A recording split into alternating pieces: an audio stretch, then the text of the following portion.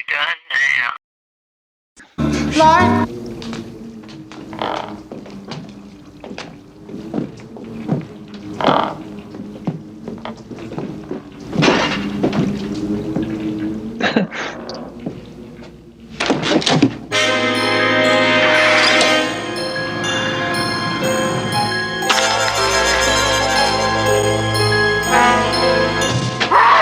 Don't you touch me!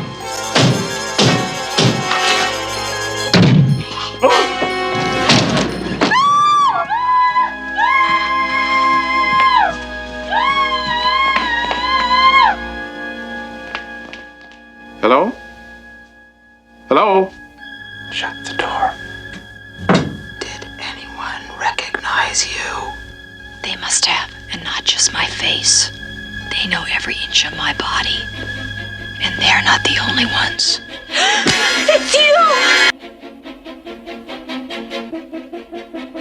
Hello, everybody, and welcome to Clue, the movie podcast where we break down the 1985 cult classic movie Clue, 1 minute at a time. That's my staccato intro. My name is the Bo Brad Gilmore, joined by Jefferson Smith, the $1 Million Man.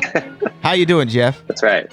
Oh, I'm doing great. Good to be back. This is going to be our Cluesical episode. But we definitely need to talk. What a good minute. It ended perfectly. I was hoping it would end with poor Yvette getting that noose thrown around her neck. Oh, it was a good, yeah, sometimes. Did anyone recognize you? We have to talk about the Whisperer. We have to talk about Yvette. We have to talk about, we have to talk about the glove. We have to talk Whose about Whisper is that? There's a lot that we need to get into.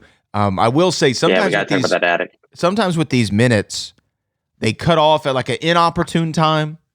And sometimes it's almost as if they created the movie to be watched by the minute. Most of the time, I'm pleasantly surprised with how the minute ends. I think we did. I don't think this part doesn't get recorded, but when we watch the minute and it ends perfectly, we always go, both of us, they go, oh, Yeah. like in delight that's how it's great. Yeah. And this one, as Yvette's walking in the dark, I'm going, I don't have a countdown in front of me. So I'm watching going, let's see how far we get. And it was perfect. Well done. It was beautiful, man. Beautiful job. Beautiful bounties. All. Now, we want to talk about minute 65, of course. But last week we teased a segment that we wanted to do here at the top of the show. And that was our Cluesical. Yeah. And Jeff and I assigned ourselves the task of coming up with some songs and some song ideas based on Clue the movie for an eventual Cluesical that will have to be produced one way or another. As far as our only caveat was Singing Telegram Girl that song cannot be a song, right? Which it was posted also for Cluvians on Instagram and Facebook and Twitix as well. And a lot of great ideas from them. And several of them completely ignored the Singing Telegram ban.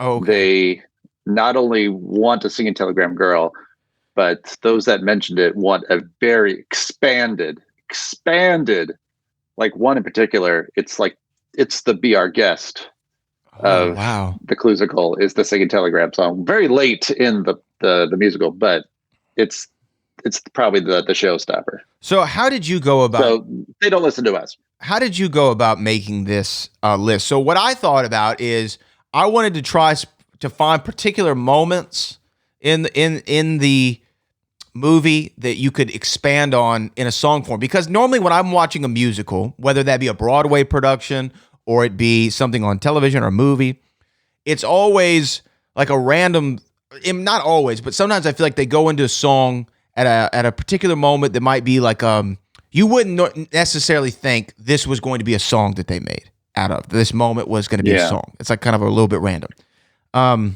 So I looked at like, okay, where could moments be? How could we take an iconic scene and perhaps switch that into a full-on musical mode? And then some kind of fun little teases there. So how did you put yours together? For me, it was just thinking about, of course, the big scenes of the movie and when a chunk of script can be taken out and replaced by a song. So I think the obvious choices were, of course, when the crimes are being revealed, which would be a very fun song, and when the weapons are being distributed, and of course, searching the house, and anytime somebody comes to the door, for sure. Well, so those are great spots. So did you name songs, or did you just pick out? No, because I'll tell you, to be honest, after I started thinking about it, the comments on our social media started to come in, and their ideas were way better than mine. Okay. So I quit out of frustration. Like, okay, well, never mind. These guys are doing a much better job, and so I will happily read them off and give them credit by name, because they came up with some wonderful times. And I also even cheated and put it through Chat GPT to see what Chat GPT GPT would say would be songs for a musical based on the movie. First off, that is a phenomenal idea. I want to hear all these. It's 2024. Yes. Now, I'm going to go through my list first. They're not all good. I want to go through my list first, because I thought about this, and I thought about, because again, having some musical acumen to me, I thought about song titles and things that would be fun and funny. Okay, so you're right. The first thing I was thinking of is, how are we going to break up some of this into song, and how are we going to kind of condense the script? I feel like the entrance of each character, we could do this all in one time in a song form, right? And the name of the song I came up with is "When You're Invited to a Party," right? That's the name. Okay. And so it starts with whomever, and they sing like, "When you're invited to a party, you got to play the part. Da da da da da da da. Say something about the art." I don't know, right? Something like that. Okay. And they each have it, and they each kind of have their thing. And then at the end, all 6 of the game piece characters are singing, "When you're invited to a party, da da da da da da da." Right? Very kind of like it. Jazzy influence. So that's my first one. No, I like that. And just to add to that, I think what would be great is when they come in and like Colonel Mustard comes in first and starts to sing his part, everything stops so he could smell his shoe. And then begin, and then that's kind of the running gag of the song, is like everything stops for poop.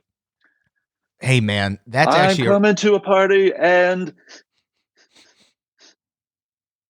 when you're going to yeah, exactly. Yeah. Everything normally does stop in life when it comes to poop. The other one I have is, they're at the dinner party, or at the dinner. They're at the dinner table in the dining room. And I have a song called "Sip and Slurp." Right? Sip and Slurp. Right? Between Miss Peacock and Professor Plum. He sips, she slurps. I'm about to go berserk. Da da da da da da da da da da da da. Right? Okay. Another one was, this is an expanded song. So I wanted to have expanded songs so we can learn more about the characters. Now, I didn't come up with a name for each character, but I thought of this, and this would be a good one for Miss Scarlet. The name of her song is not "Ma'am," but "Madam." Right? That's the name of her song. It's not "Ma'am," but "Madam." Kind of thing. So I like that one. Again, Mr. Green, he has his big moment. "I Didn't Do It" is his song. I didn't do it. Obviously. Yeah, popular title. You'll hear that again. "Here's How It Happened" is the name of the finale song, of course, with him. Now, I have an overture for 3 characters, all singing part of the same song at different parts in the movie, right? And this one is called "Fear for My Life."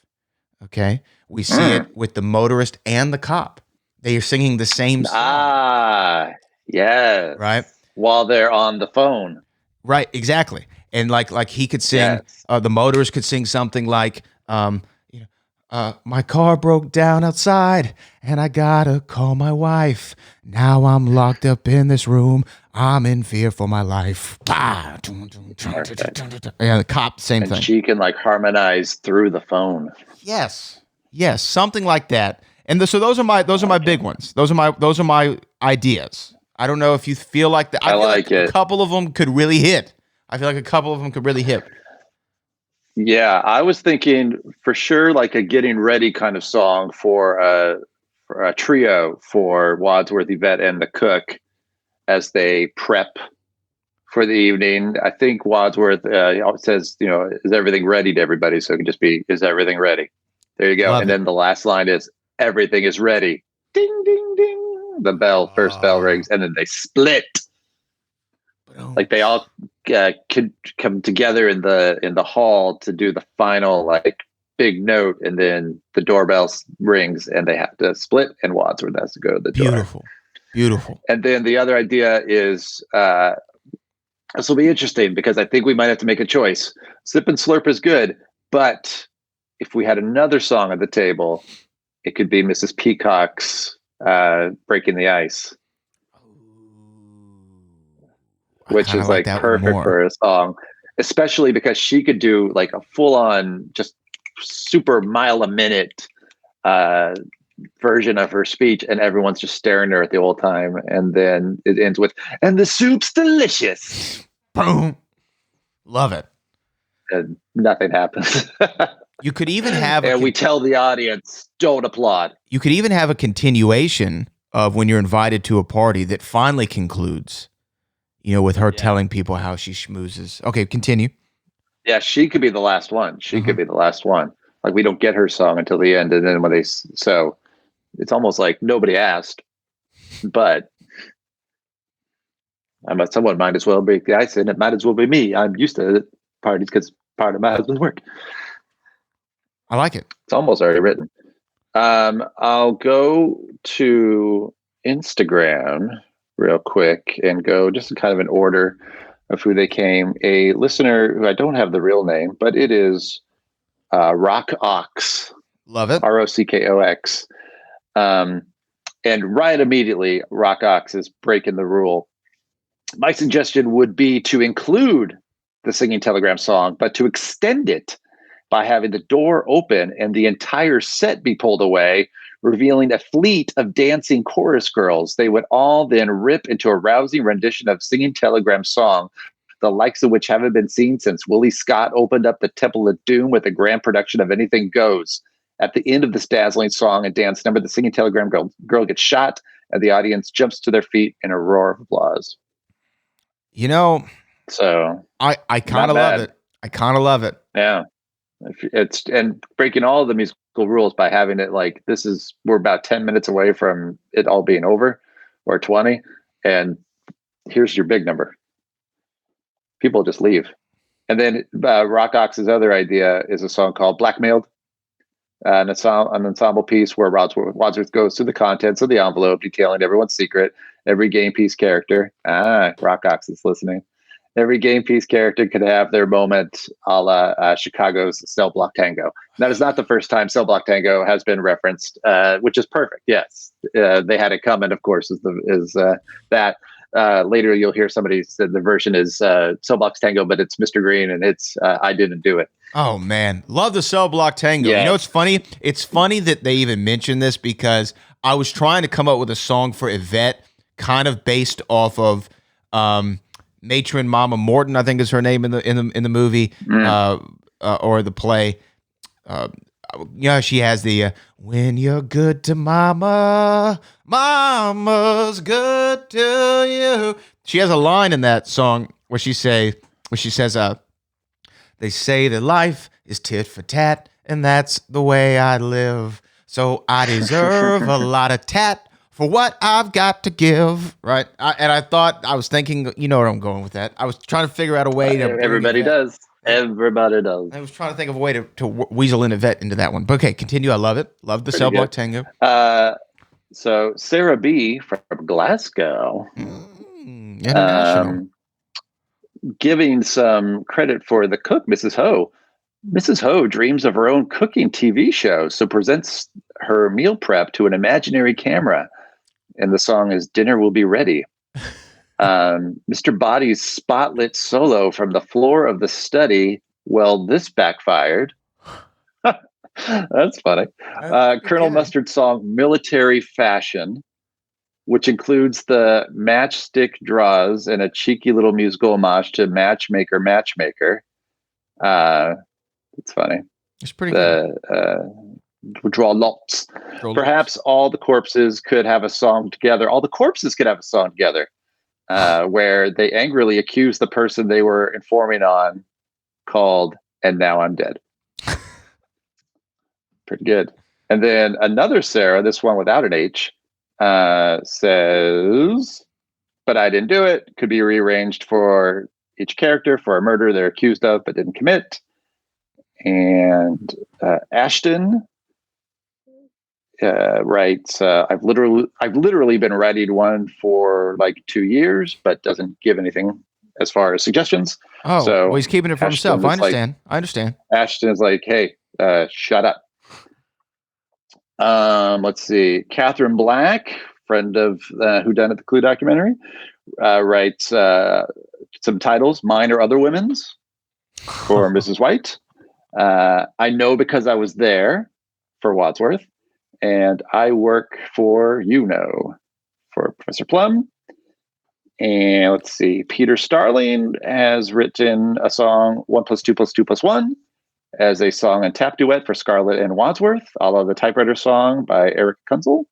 I like that. And then, wow, okay, so this is the last one on Instagram. Lauren Milberger, who does comment a lot, so thank you, Lauren, writes, "Off the top of my head," and it's a very long list. Whoa, look at that. This is all what's off. Yeah, I'm showing Brad. Look, you got to go for that. You got to read it. Yeah, off the top of my head, and these are all just titles, but they're great.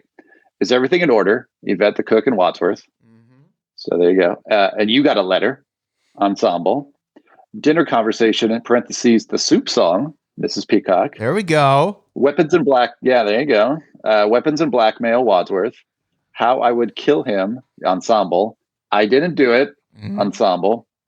"He's Gone" / "I Didn't Do It," Reprise.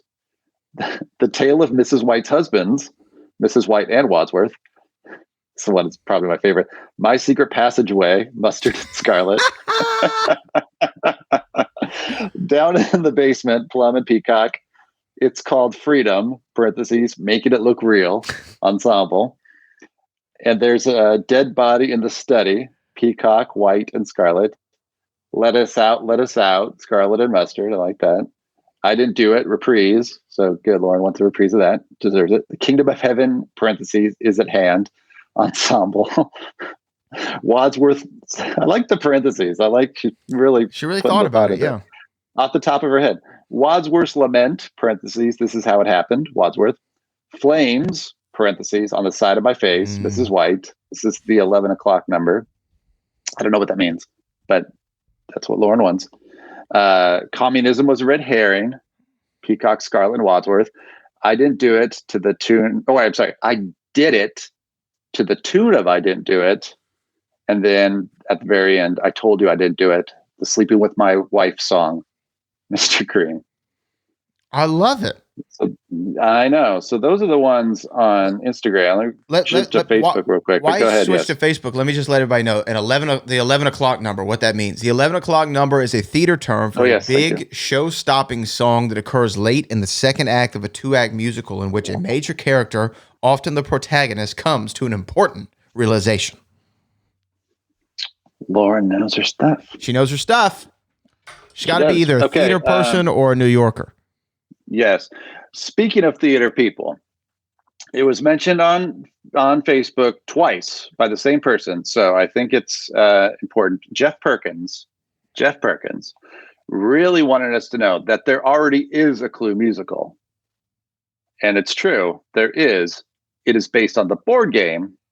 So there is no Wadsworth. There is no Yvette. It's Mrs. White when she's the cook or the maid.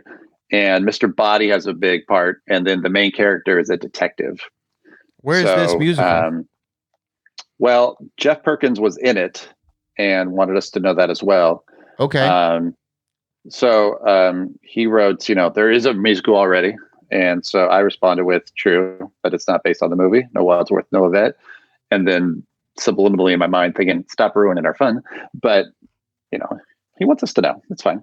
And then he wrote, "That's fair."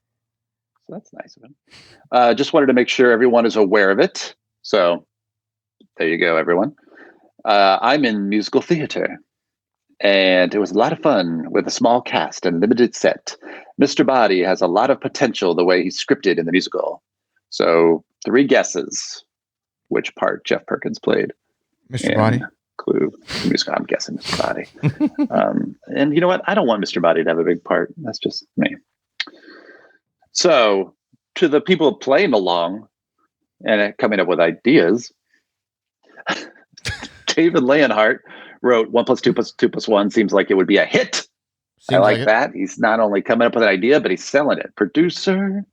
Adam Coffey writes Cell Block Tango from Chicago, but it's constantly Mr. Green singing about how he didn't do it. I didn't do it. So that's popular. I didn't do it.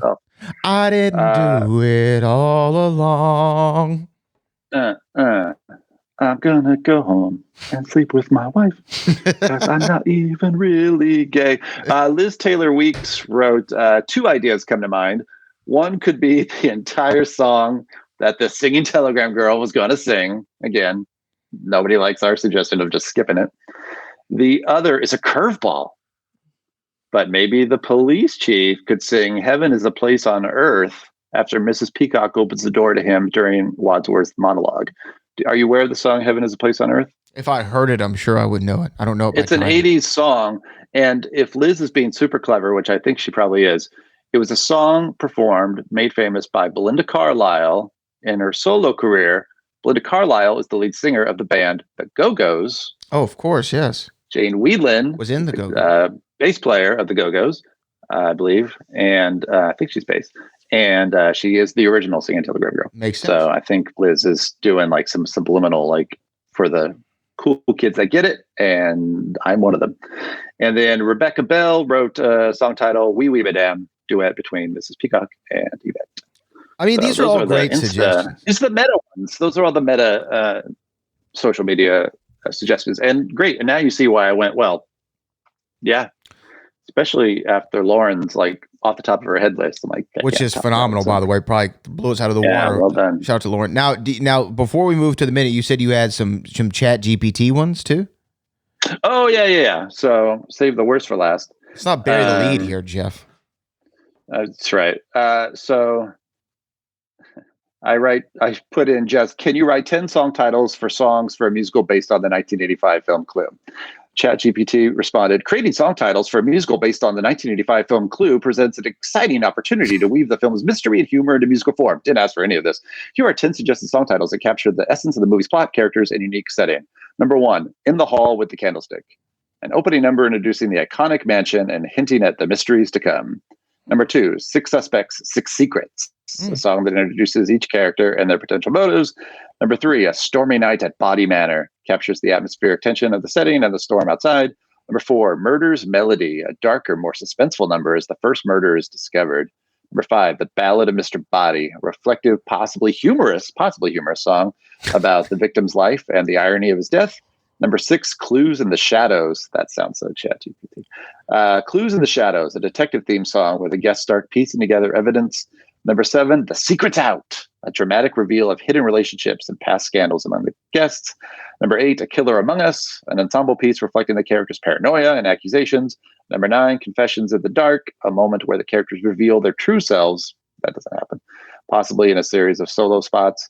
And 10, Finale, The Mystery Unveiled, a grand closing number that resolves the mystery, reveals the murderers, and concludes the story arc. The title suggests a blend of suspense, drama, and dark comedy, mirroring the tone of the film. Each song could further explore the characters' backstories, the unfolding mystery, and quirky humor that made Clue a cult classic.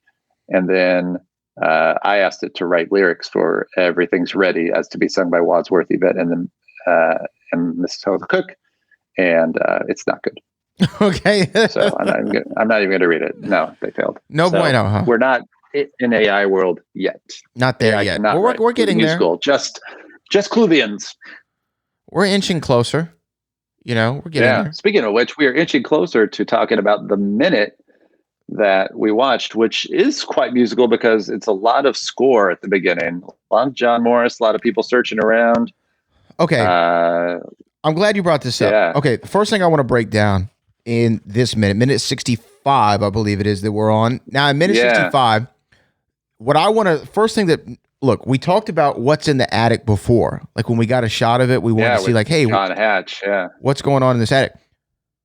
Now, we're seeing more, it's funny that we call them game piece characters because we're seeing more game pieces in the attic, heads of look like deer or elk. Oh, literally game pieces. Yes, there's a lot of taxidermy going on. A lot of taxidermy. Now, look, taxidermy, I'm sure, was kind of at its height in this era.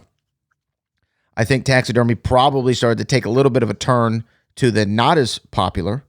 Although, by the way, taxidermists make a ton of money. I don't know if anybody knows this. They are very, very well-to-do.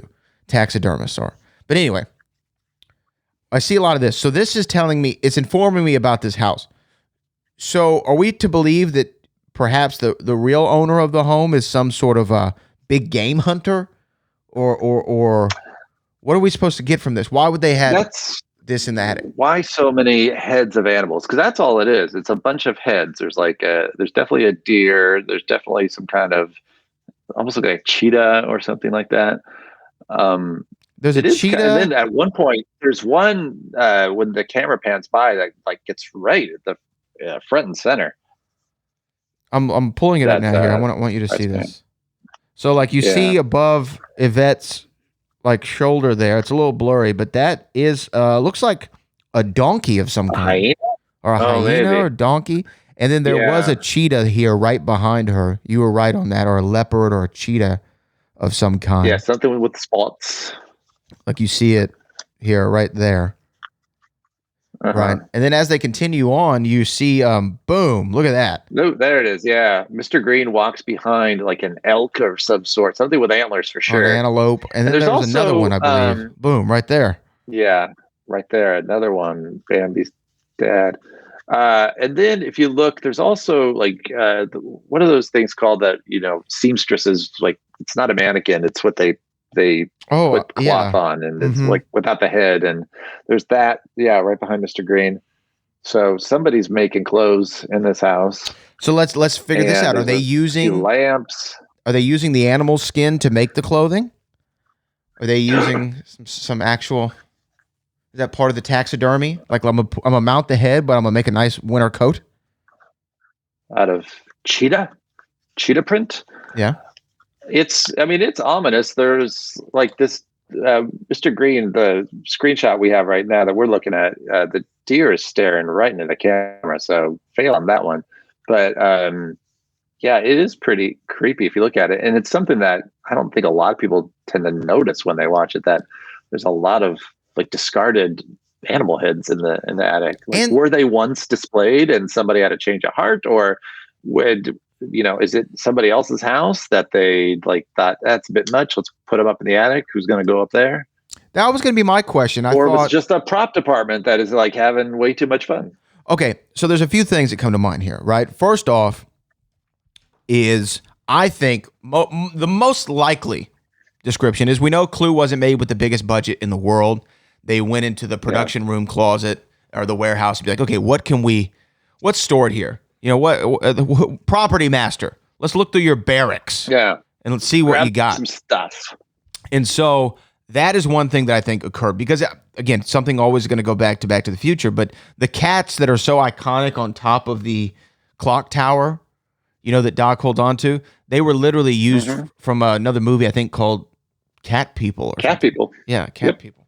And but they saw those and like, oh, that would be cool. Let's put those up there, Also, Back to the Future, an overarching theme of cats, right? Because you have the Lion Estates with the dueling cats. True. And you have the clock tower with the dueling cats. Interesting. I don't know if that's ever been explored. I'll have to find out about that. That's very interesting. You go into your BTTF circle and you find out. I'm going to figure that one out. Now. And then do an episode on that on BTTF. I will. But so I think that's probably what happened. But I'm trying to, again, when you're dissecting these movies, you're trying to figure out, okay, like what can this inform crazy me? With it. How can this inform the character? Now, here's the other thing that this tells me. Guess what? Owner of the house, pretty good with a weapon. Yeah. Hunter, a killer. Unless there's like 100 that got away. But I doubt it. No, not only killed them, but kept remains, trophies. Trophies? Keeping trophies, evidence, if you will. Look at this. Likes to collect evidence. Now, I'm making an assumption here, and forgive me if I'm wrong. I'm assuming you're not a big hunter. I'm not, but that's Have fine. you ever been hunting? I haven't been. I'm kind of morally No. against it.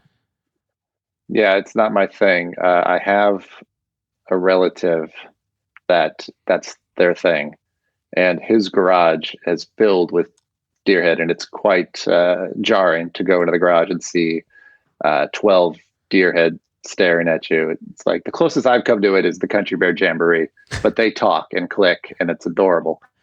And these do not do any of the sort. Yeah, it's a little concerning. No, it's definitely not my thing. I've never driven through like the woods in New Hampshire and seen like this beautiful scene and knowing that there's animals like darting around and going, oh, that's beautiful. I need to go in there and kill something.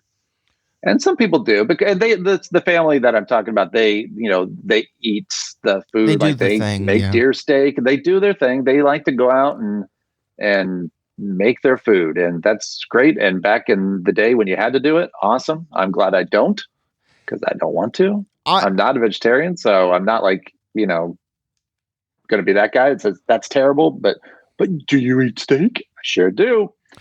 Yeah, I can't. I don't want to go take their personality away and then go and then like, I need to consume this now and hopefully get some of their soul and their power.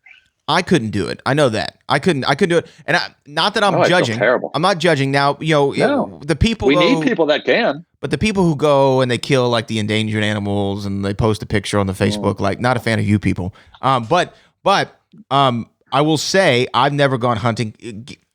Given the state of Texas, I'm sure that you're aware. There's a few of them, people in my state who love some hunting, and there's some guns in Texas. I've heard one or two. And I will also say we have a huge problem with feral hogs in this state, and it's the only animal that you don't have to have a licensure in Texas to hunt. So there's a little tidbit for you to move on. But let's feral hog sounds like a cool name for a bar in Texas. It sounds like a 80s band.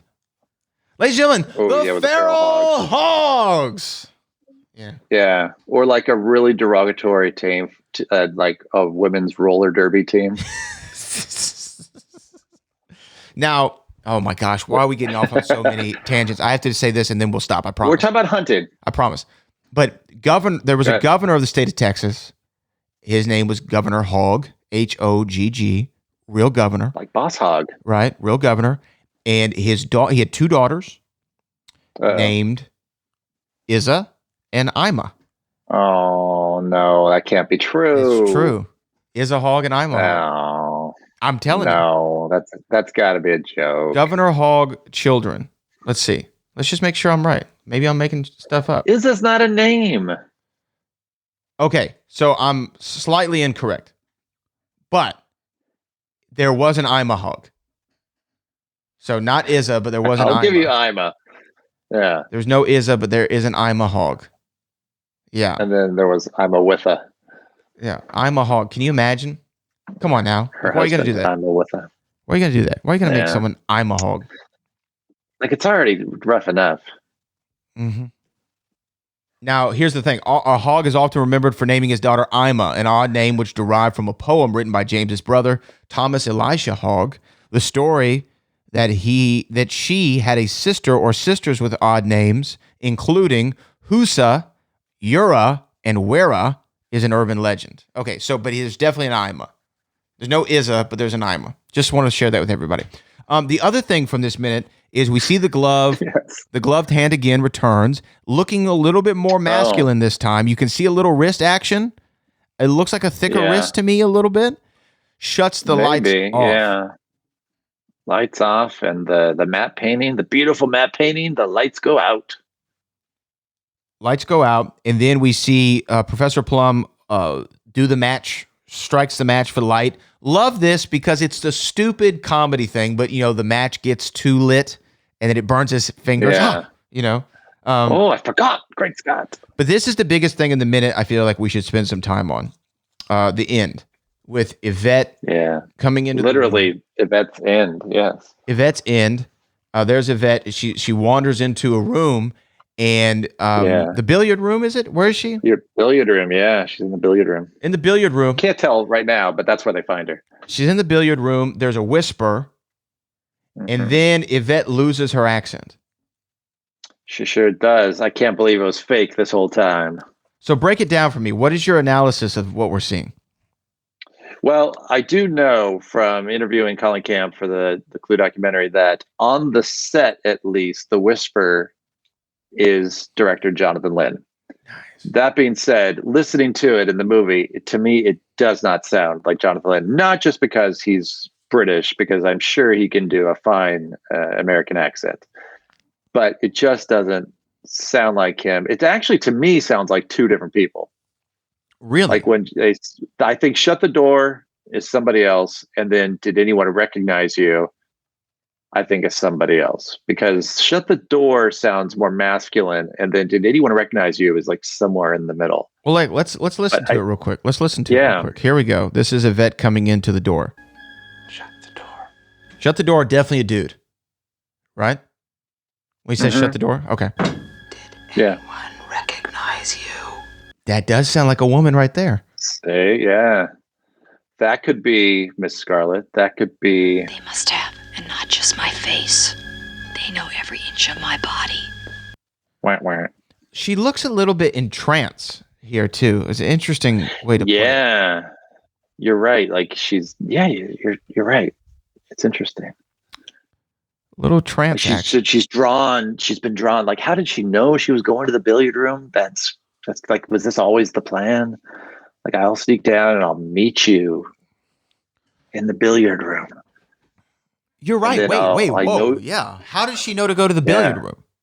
Yeah. And I know you'll be in the corner, and presumably she knows who she's meeting, and the person is like hiding in the dark with a rope. She doesn't see that the rope is there. And then she walks to the voice, and then she's shocked by, "It's you?" Like, is she shocked because she's surprised who it is, or she's saying, "I'm not the only one they recognize. They also recognize you," or they know it's you, and who is they? Because I don't think anybody of the guests know anything at this point. Well, we know that Scarlett and her are aware of one another because she worked for Scarlett. Or we don't know that yet, but But did she not know that it was Scarlett in the room? Is that why the "it's you" is shouted? And did she think she was going to talk to somebody else? And the thing is, okay, if I'm Scarlett and I know this person, now are we to believe that Yvette has held up this fake accent for quite some time? Oh, beyond this evening? Yes. I don't think so, because it probably would have gotten a little bit better, but. But then wouldn't Scarlett call that out? No, if it's the Scarlett ending, they're in cahoots the entire time. So no, she's not going to call her out. That being said, on the other ones where, like on the Peacock one, which doesn't, who knows? Maybe this is. It's very possible that the French maid character is something that Yvette has in her repertoire at the old brothel. So she may be like, "Oh, here she goes again," and her name's not even Yvette. That's her character name. It's not even her name. No, there's no way her name's Yvette. Can you believe That's a Susan. Can you believe it? It's not even her name. Now, here's my other thing. With Yvette here at the end, I want to play this because she slips out of the accent, and then I feel like she goes back into it. Right? Now listen to this. And they're not the only ones. Now right here, okay? Right when she screams. Let's back it up. It's you! It's you. Oh, "it's you" kind of sounds like she puts it back on. Let's hear it. And they're not the only ones. It's you! It's you! Oh. Right? I feel like she slips into it. I never noticed that. Yeah. She's like, that's why I think she's not expecting the person in there. So who did she think she was going in to see? Mr. Body? Did she think Mr. Body is still alive? I'm going to mark something in minute 65. This is the most confused I've been of the plot.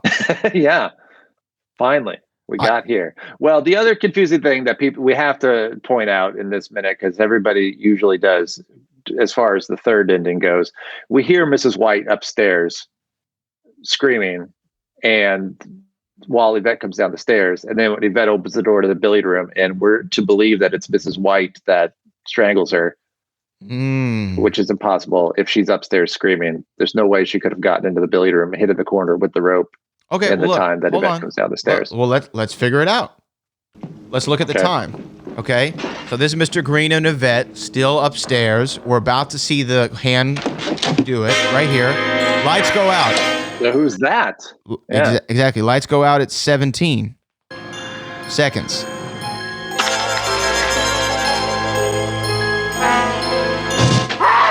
Don't you touch me! Now, when do we see Mrs. White? Okay, we see Mrs. White upstairs at 33 seconds. Oh, yeah, this is a tough one. This is a tough one to square. Hello? Hello? 33 seconds. Okay, so she would have 13 the time it seconds. takes bad cop to say hello twice, we're to believe that Mrs. White has found her way to the billiard room, which we know does not have a secret passage.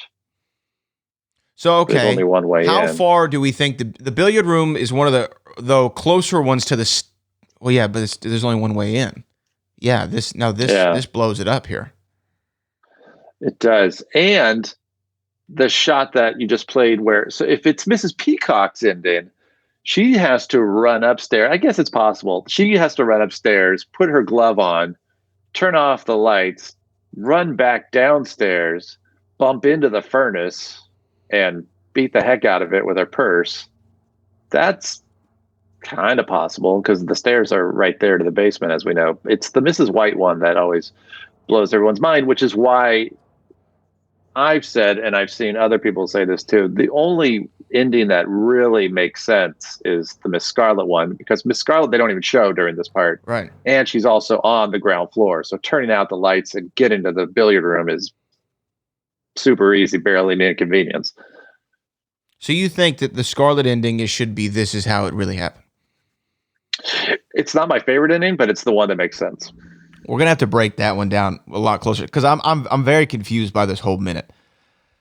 I don't understand. The geography now is all over the place, and who she thinks she's going to go visit. Now I think we're moving really fast, so I don't think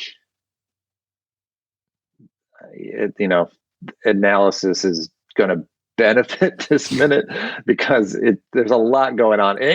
But that being said, and this has happened before on this podcast many times where we've been like, that doesn't make sense. And then somebody will comment and go, no, it does. And here's why. I look forward to that. Somebody smarter than us, please come in and say why it works. Somebody needs to tell us because I'm very confused by this minute. And I want to know how it works because I don't get what Yvette's purpose is. Why do we go in and out of the French? What were we? So were we supposed to believe she was like an implanted spy this whole time? Yeah, she works for Mr. Body. She was the one collecting evidence against Mustard. She also works for Miss Scarlet, and she provided information about Miss Scarlet to Mr. Body. Although Body is blackmailing Mustard because he's a war profiteer. But Mustard is the kind of guy that would tell all his secrets to someone he felt like he was being intimate with. That's what I feel not like. So bright. Yeah. Yeah. So so even though the motorist is supposedly the one that is ratting out Mustard because he was his driver during the war, it could have come from Yvette as well. But Yvette is mainly she's responsible for the one that rats out Scarlet. Mm-hmm. So I get that she'd be surprised that it's Miss Scarlet that's killing her, But in the Scarlet ending, sorry, we're just No, you're fine. coming up with things out loud. I'm not even apologizing to you. I'm apologizing to everybody. That they're in cahoots from the beginning, and so that's why I'm surprised that she. And then in the Scarlet ending, we actually see it is Miss Scarlet, and then in the everybody did it. We actually see visually that it's Mrs. White. The only person we never see actually do it is Peacock. And I feel like I think now that we're talking about this out loud, I got to give it up to Jonathan Lynn, because I feel as though this is almost like the work of a magician, right? Now, I'm talking about how confusing it is, and perhaps this was done in an intentionally confusing fashion, right? Like To create confusion. It worked. Exactly, because we're not supposed to. I don't think Jonathan Lynn wants us to, at this point in the movie, be thinking too much about, okay, obviously whodunit's always on the brain for something like this, but I think he really wants us along for the comedy at this point, as more for than the mystery. Like, it's not so much the narrative that I think he's focused on. So it's like, hey, I'm gonna give you this, and then maybe you're just not gonna think too hard, or maybe you're gonna think way too hard about it. Now I'm confused. I think that it was intentionally. We've talked about it before, how a lot of these things are kind of intentionally vague, to just leave it to just enjoy the ride. Don't think too much about it, because if you think too much about it, like these two idiots are right now, your brain's going to hurt. Yeah. So who's going to make a podcast where they analyze every minute of this movie? So I think it's his sleight of hand. I think this is Jonathan Lynn's sleight of hand to kind of get throw us off the track, so that we're not, you know what, F it. Misdirection. Right? Like a good magician, where he shows you one thing and then he puts it like that, right? A good magician. Cream of the crop. Cream of the crop. So, I don't know. I would like to hear what other people think, though, is what the purpose of this scene was for Yvette and her death. Because now, obviously, Yvette dying, this is a big moment. This is a big moment. Big character. Big character. Like literally, when you type in French maid to Google, she is the first image that pops up. As she should be. So and gave us the Gaelic shrug. She gave us the Gaelic shrug. I just want to know, like, what is your kind of thoughts now that we're done with this character? Now that Yvette's gone, it's very sad, because as we've tried to politely reference as much as possible, for a generation of young boys, right, Yvette was a very important character. Yes. So it's sad to see her go. That being said, it's also sad because Colleen Camp is wonderful in it, and also in the movie Wayne's World, where the character flat out says, "And may I say, your wife's a babe," and is referring to Noah's wife, Noah's wife, Colleen Camp's character. But very funny, and the fact that she came in and auditioned in that outfit, God bless her. So kudos to Colleen Camp as Yvette the maid. I'm looking for where we see Yvette go, like where she's done. Because this is a little bit different. Let's see. Okay, here we go. Let me read this real quick, if that's okay, and then we're gonna wrap this episode up. But let me read from the original draft, if that's okay. Yes. Well, we love that. Okay, here we go. Yeah, this is scene 120. Interior, the ballroom. The room is dark, but some light is coming through the hall. Colonel Mustard and Miss Scarlet walk around onto a polished wooden floor. They walk and walk. They talk in whispers, though there are some distance from each other. Miss Scarlet, where are you? Colonel Mustard, over here. Where are you? Miss Scarlet, I'm over here too. Colonel Mustard, oh, I thought you were over there. Miss Scarlet, I am. I like that. They continue walking slowly for obstructions. Miss Scarlet sees a large looming shape in front of her. She's frightened. In fact, it's the shape of the raised lid of a baby grand piano. Miss Scarlet, is that someone? Who's that? Is anyone there? Colonel Mustard, I'm here. She gasped in horror. Miss Scarlet, so it is you. Colonel Mustard, who? Colonel Mustard, you know it's me. She calms down. Oh, yes. She edges along a wall. Here are some more switches. She switches them up and down. They don't work either. Interior, the second ballroom. The window has been slightly... Second ballroom. That's what it says. So, second bedroom, excuse me. Okay. Second bedroom. Oh, okay. Interior, the window has been left slightly open. On this floor, the windows haven't been shuttered. Some moonlight lights the room a little. The windows rattle and the curtains move in the draught. Mrs. White, is anyone there? Interior, first bedroom. Wadsworth blunders into a dressing room in the dark. It is well lit by moonlight. He turns and sees himself in a full-length mirror and thinks it's somebody else. Wadsworth, "Og!" That's what he says. It says, "Og." He steps back and falls over the dressing room table stool against the dressing table, which collapses under his weight with a tremendous crash. Interior, second bedroom. Mrs. White turns and screams in terror. Interior, other rooms. In separate close-ups, Miss Scarlet and Colonel Mustard hear the screams. So does Mrs. Peacock. So does Professor Plum. So does Yvette. So does Mr. Green. But we can't tell because they are big close-ups exactly where they all are. Miss Scarlet backs away into the grand piano and her arm knocks away the prop that holds up the lid. It crashes onto the piano with a tremendous and resonant bang. She screams and screams. Interior, the lodge. The cop is on the phone. He hears screams and looks around nervously. He is still on the phone. Hello? Hello? Interior, attic. Mr. Green and Yvette run into each other at the top of the attic stairs. They collide and hang on to each other in terror. Mr. Green, leave me alone. Yvette, get away from me. And they together tumble down the stairs. Interior, stairs and hall. Yvette is hurrying down the main stairs. She can see just enough, and she has the banisters to guide her. Very intense music. She reaches the hall and crosses silently to the billiard room door. Interior, billiard room. She opens the door and comes in. Yvette, hello? Hello? Are you here? We hear a whispered voice off screen. Yes. Yvette, what's going on? Whispered voice. Come in.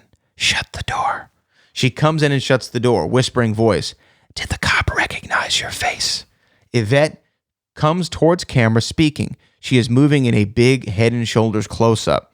Yvette, no French accent. He must have, and not just my face. He knows every inch of my body, like you, and like ... The rope is thrown around her neck. She is horrified. Her eyes widen. Yvette, what's this? The rope is tightened. It's you! And the rope is jerked, closing her windpipe. Okay. A few things. Go for it. The close-ups definitely come up later. That's moved to when the singing telegram girl arrives. One of the best shots or sequences in the movie. This feels like the geography all makes sense. Like that, it seems like in the editing later, they put themselves in the spot that they're in. And it makes more sense to be referring to the cop recognize you, because why so late in the evening did anyone recognize you? As if this is the first time. If it's one of the other game piece players, they've been able to observe the whole time and don't need to ask, did anyone recognize you? I've been there this whole time, so I would know. So it's a strange change that actually, in this case, I prefer the script. I agree. Not the part with Scarlet and Mustard, like, are you there? Who's there? That's adorable. But it's again, cute, it's but unnecessary. Cuts the tension, cuts the rhythm, and it's nice, and that would have been funny earlier. But I think the Yvette scene is creepier when she's not necessarily sure if the person's there, and they know every inch of, or he knows every inch of my body, like you do. Oh, that's creepy stuff. Like you do, because that implies in Miss Scarlet, because she's the boss at the brothel, Mrs. Peacock, I don't know what that implies, but it's interesting. And then Mrs. White, of course, because Yvette was having an affair with her husband, so she knows, and she's probably seen, maybe observed, caught them. pictures. Who knows? It's a little creepier, and I like that better. I like it better too. Yeah. I like it better too. It's interesting. I wonder why they changed it. Now, I want to throw one more thing at you before we leave. Do we think that Yvette slipped back into the French accent? Why do we think she did that? Do we think like she... I was going to say, do you think she wanted to like stay in character even as she's till the end? Yeah, that's commitment. Or what would be the reason to slip back? Well, I don't know. Like I said, this is the first time I've noticed that, so it's a lot to unwrap. I would say either she didn't mean to do it, and that's just her voice, and she just happened to say, "It's you," and it kind of sounds French. like the voice we've heard through the whole movie.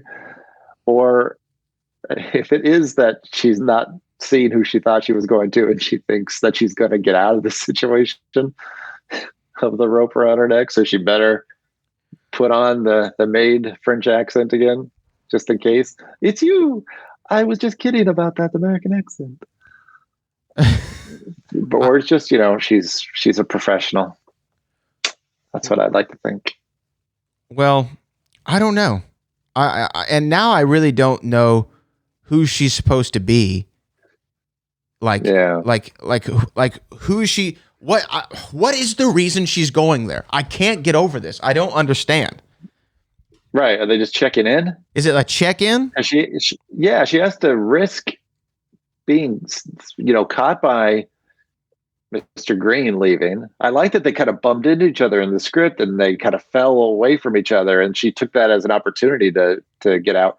But she's got to go down the stairs, get away from Mr. Green, potentially pass by Mrs. White and Wadsworth on the next floor, go down to the ground floor where she could run into Miss Scarlet and Colonel Mustard, and all just to be like, hey, we're all still good, but they know who I am. I'm going to head back upstairs. Like, where was she going after that? What was she grabbing? You're right. Sloppy Yvette, not the script. Sloppy character. Yeah. Yeah, I think maybe the answer you may have said, maybe just to create confusion. Just she went downstairs because she had to die. She's had to die. We just need to get her out of here. She's got to go, and that's how she goes. Well, can you imagine with the rope? Like, what if the killer like went up to Yvette and met her upstairs, and then put the rope down, and then like she came like falling down from the top floor with the noose around her neck, and then she's just hanging there for the rest of it, like the Haunted Mansion ghost host. Much better visual. Dark, but it's very dark. Look, I think Ryan Reynolds, get on that. I think a little off the tone. I will say, I went over to the Chat GPT and I said to write a song called "Not Ma'am but Madam" for Miss Scarlet. Oh yes. And it's not good. Do? It's not good, but I'm going to read it anyway just to close us out. This will close out our Cluesical episode. Do it. This is our closing number. And this is our 11 o'clock number. In verse 1, it says, "In a mansion cloaked in mystery, under the moon's soft glow, lies a tale of whispered secrets where the shadows dance and flow. Miss Scarlet with a smile, with a glance, sets the night ablaze. Not just a ma'am, but a madam, in her enchanting ways. Through the halls of Clue, where the secrets hide and lurk, she rules her realm with grace, where intrigue does its work. A whisper, a laugh, a look so sly, Miss Scarlet knows under the roof the rules of why. Not ma'am, but madam, she stands with pride. In a game of mystery, she's the guide. With every clue, a story untold. And in Miss Scarlet's world, where the truth unfolds." I'll read the last verse for you. "Behind the velvet curtains, where the night gets its fame, lies the heart of her empire, a brothel with no shame. A place of hidden desires, where secrets are the trade. Miss Scarlet, the madam, in silk and lace arrayed. In the flicker of a candlelight, where the shadows play, she navigates in the most mysterious of her ways. A nod, a whisper is all a part of her game. In Miss Scarlet's world, nothing is quite the same. Not ma'am, but madam. With elegance she reigns. In a world of clues, amidst all of the champagne. A master of mystery with the cards held so close. In the tales of night, this madam plays the best host. Okay, not bad. Come on, man. ChatGPT comes up with weird rhyme words. Yes, sometimes though. it does. Like that doesn't. Yeah, but does. I like cards. That's nice. Yes, it's a nice kind of way to incorporate Clue. But this World of Clue is a little on the nose. But mentioning clues is pretty good. Not bad. Not bad. Not bad. And you know what? But here's the thing. Brad Gilmore selling it like only Brad Gilmore can. So that's a professional. I'm a professional commentator broadcaster. right there. I'm a professional broadcaster. I'm yeah, painting the that's picture. the guy that comes in and doesn't like what he's given to read. But you know what? It's his job to make it sound amazing. I find as a professional wrestler commentator, you know, you may be watching something that is mundane or that you've seen 1,000 times, or God forbid, you might even know it's coming. But probably not. I'm just making up stories. But your job is to make everyone listening think this is the most exciting thing ever. So not man, but madam. Not ma'am. 5 stars. But madam. Jeff, do you have anything to promote for the dear people? Anything you got going on that you want to make sure that you call attention to? No, absolutely not. I would just ask that as far as the comments go, I would love that there's a few Cluvians that pop up usually on Monday right off the bat with comments like in the morning. So I know that there are some listeners that get us like right away. So thank you for that. And it's always nice for us to hear like what parts of this, like here we went on for an hour today, which is great, but to see like, you know, what resonated. So, and we presented a lot of questions today of things that there's a lot that Brad and I did not understand. And by no means are we the Clue experts. We are just the two idiots that did a podcast. And we got to keep going because we've gone too far. But help us out, you know, join in, you know, you guys. I mean, perfect example, the songs from Cluesicle. Well done to everybody. Yes. And you can keep adding to that if you like. I'm not taking that down. So go ahead and keep it going. If anything today from this one inspired you to come up with more, then if somebody wants to write human lyrics for not man but madam, go to town. I mean, we're going to be wrapping this show up in about 8 months, which still seems like a long time. But when you say it does sound long. It does sound long, but it's not really. We will not be doing this in 2025. It was not happening. It's over. It's over in 2024. We'll be on to the next thing. You know what I mean? I think before the presidential election, we wrap. So just, I mean, to put it in terms of that, like this is pre-election, Thanksgiving, Christmas, New Year, like we're done. Yeah. It's over. It's you know, it's a wrap. Before the anniversary, before the 40th anniversary of Clue. When is the 40th anniversary? We'll be done. Well, it's 85, December so 13th? Yeah, so it'll be December 13, 2025. Yeah. We might do something Big for that. 4-0. We might come back for like a curtain call. Okay. Maybe, I don't know. And you know what we have to do? We talked about this. We've had Leslie Ann Warren on the show, which is fantastic. We've got to get another Clue cast member. We do. And a couple of them are no longer with us. Yeah, but let's not try to get them then. But what a pod it would be, though. Oh my gosh, we're like, ladies and gentlemen. X. By the way, real quick before we go, I'm about to we put in the lady and I for a new apartment. I've been doing this podcast here at my parents' house for quite a few weeks, but the realtor said we have to tell you, somebody died here. The last tenant died in this apartment. Would that freak you out? What do you need to know how they died? I think I need to know how. If they were murdered, yes. It was natural causes is what all they could say. I don't But think. what's natural? A knife to the head is probably not natural, but that makes me feel it was somebody old and just went to sleep. Well, I'll tell you this because I know my wife's is a realtor, and I know that if it's there's like a list, if it's particular, at least in the state of Texas, I don't know about California, but I know if it's particular types of illnesses they die from, like if there's like a list of a couple of them, if it's one of those, they have to disclose that.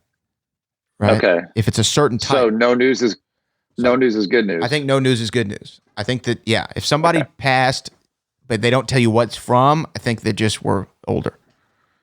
Yeah. Which doesn't bother me. That doesn't bother me. That happens. Ghosts. Well, I lived in Massachusetts for 2 years, and I guarantee everywhere there somebody has died. Yeah. Everywhere. There's bodies buried all over that town. Well, yeah. So I don't mind ghosts as long as they're cool.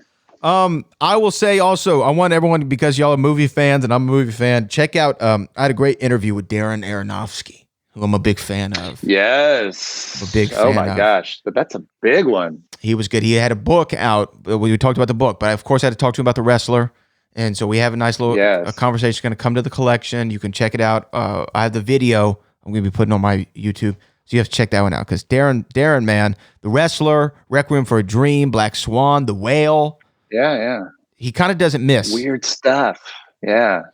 He kind of doesn't miss, man. So I definitely want you to check that one out. And he was a very nice dude. Really, really enjoyed that. Got some other ones down the pike, but for General Jefferson Smith, the $1 Million Man, I am the Bo Brad Gilmore. This has been Clue Movie Podcast, minute 65, perhaps our longest episode yet.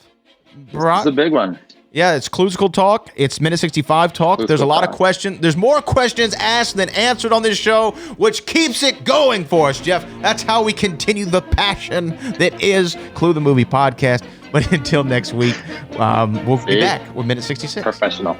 We'll be back, minute 66, Clue Movie Podcast. See ya.